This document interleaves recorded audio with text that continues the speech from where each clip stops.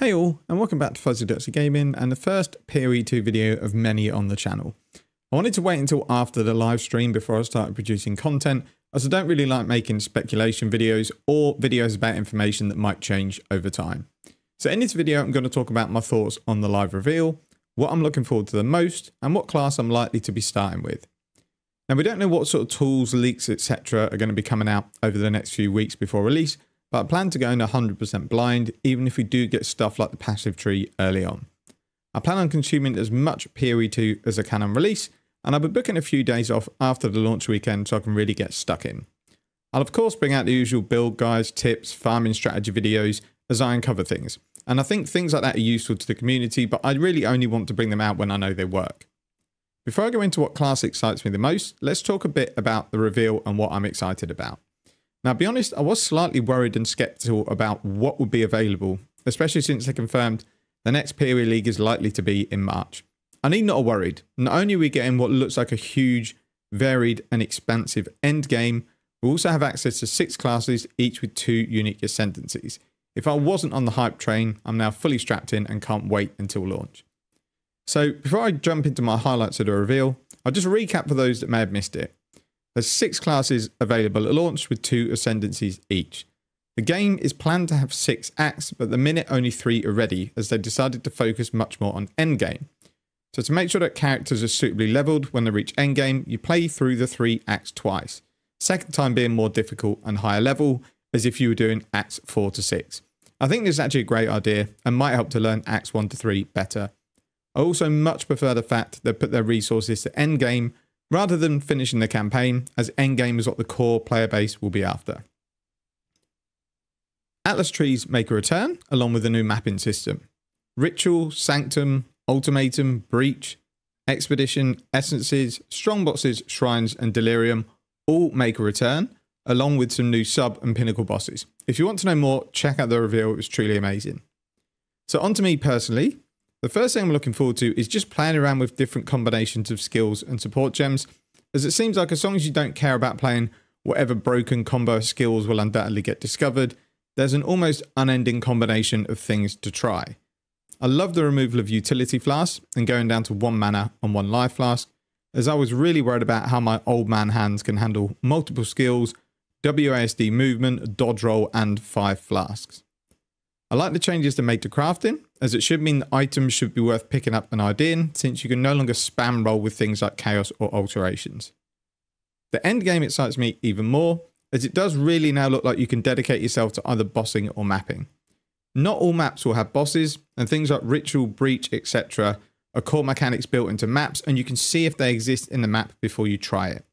The end game looks a bit like what Last League probably want their monolith system to be like at the end.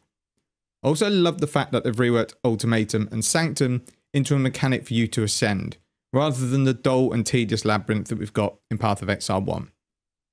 I'm also really happy you can choose which mechanic of these to do. I'm not a massive Sanctum fan, but that's mainly because I always play standstill melee builds that just don't fare well in that content, but I am a massive fan of Ultimatum, and can see myself doing a ton of that even in the campaign.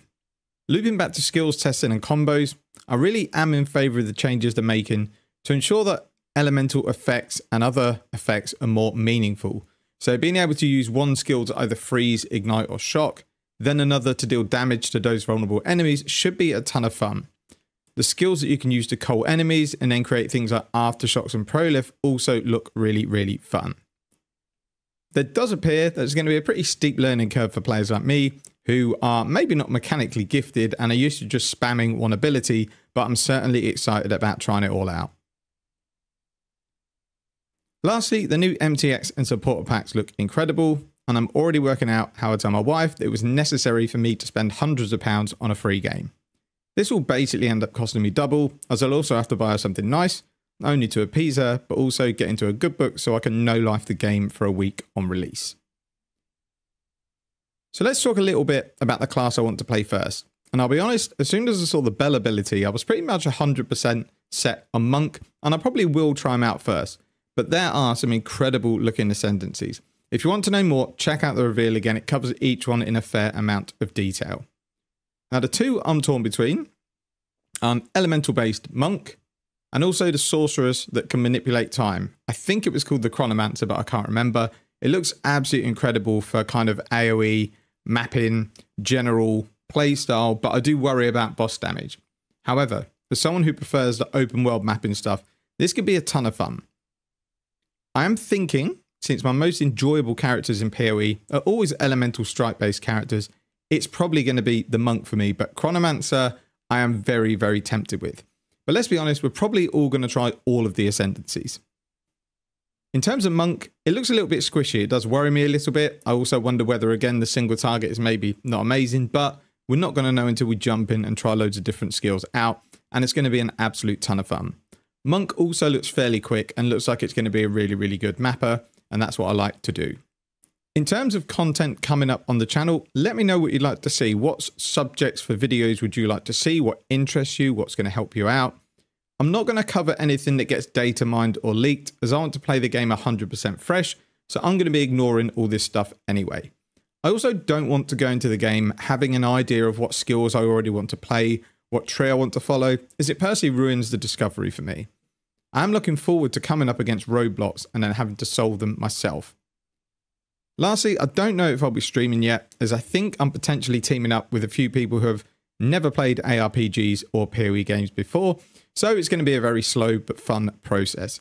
I may bring out odd videos because the people I'm planning to play with are a very characterful bunch, so it might make for some interesting content. But I will bring out regular videos as well on things like farming, build guides, strategies, boss techniques, anything that I think will help the general community. That's kind of it. It's just a very quick video to say I am still here and still doing PoE and PoE 2 content. I hope that everyone is excited as I am to get stuck into this beast of a game. As always, thanks for watching, take care, and see you in the next one.